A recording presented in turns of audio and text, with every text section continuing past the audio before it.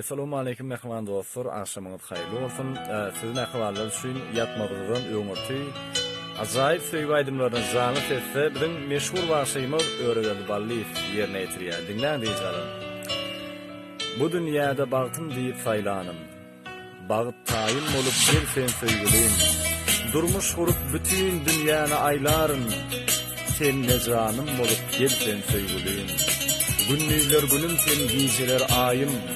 Bu dünyada faylan yeketek kayım. Senin üçün canımı vermeye tayım. Sen ne canım olur. Gel sen söyle.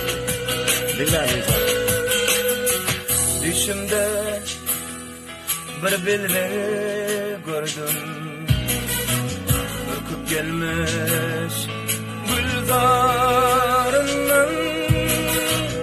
Aysa bakçanın bilmelisin. Aysa bağın enarından. Kurban bulun men özüne, men özüne.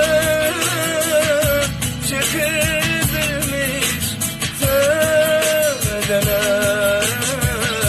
Doğamat maksınının yüzüne. Benim doymaz didarından.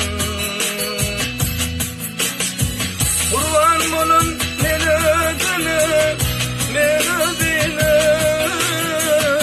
Şeker ezilmiş sözüne. Doğamat maksınının yüzüne. Gözüm doymaz didarından. Canın sağ olsun.